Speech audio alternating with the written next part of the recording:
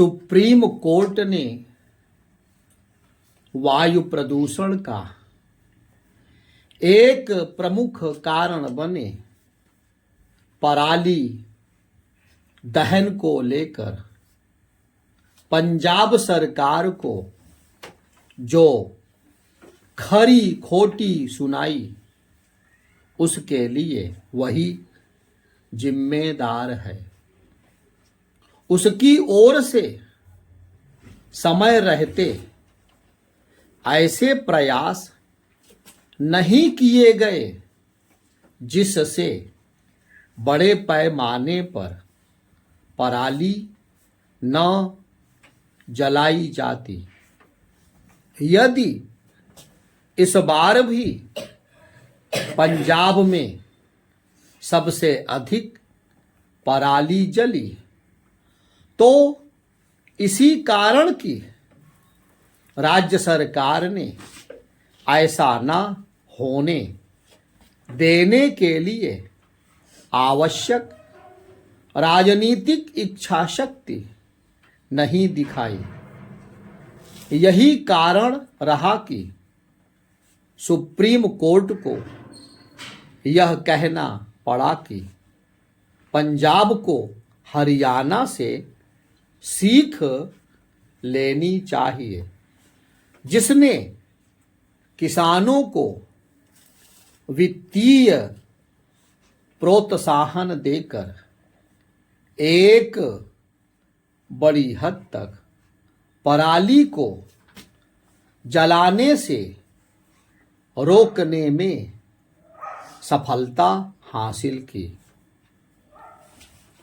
Supreme court ने पंजाब सरकार को फटकार लगाने के साथ ही यह प्रश्न भी किया कि आखिर पराली जलाने वाले किसानों को उनकी फसलों का न्यूनतम समर्थन मूल्य क्यों दिया जाना चाहिए। उसने यह भी पूछा कि पराली जलाने वाले किसानों पर कितना जुर्माना लगाया और वसूला गया। निसंदेह पराली को जलाने से रोकना ही होगा, लेकिन इसी के साथ यह भी समझना होगा कि किसानों को मजबूरी में फसलों के अवशेष जलाने पड़ते हैं।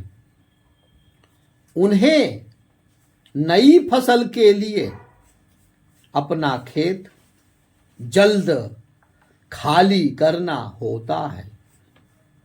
चूंकि सरकार पराली के निस्तारण की कोई ठोस व्यवस्था नहीं कर पा रही है, इसलिए किसानों के सामने उसे जलाने के अलावा और कोई चारा नहीं होता। यदि यह समझा जा रहा है कि पराली जलाने वाले किसानों को दंडित कर समस्या का समाधान किया जा सकता है, तो यह संभव नहीं। इस समस्या का समाधान कब होगा? जब किसानों को ऐसे विकल्प उपलब्ध कराए जाएंगे जिनसे वे पराली जलाने को विवश ना हो।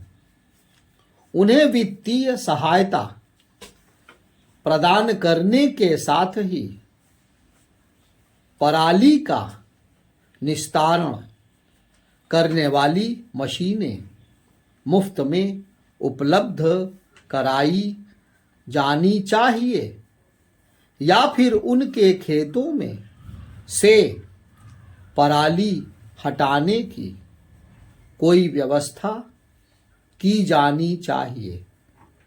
यह निराशाजनक है कि बीते लगभग 10 वर्षों से यह कोशिश हो रही है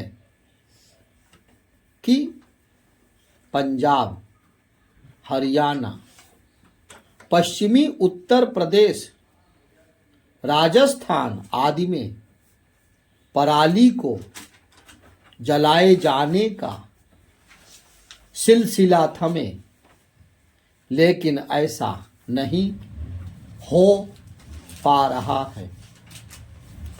यदि इसमें कोई राज्य सबसे अधिक नाकाम है तो वह है पंजाब।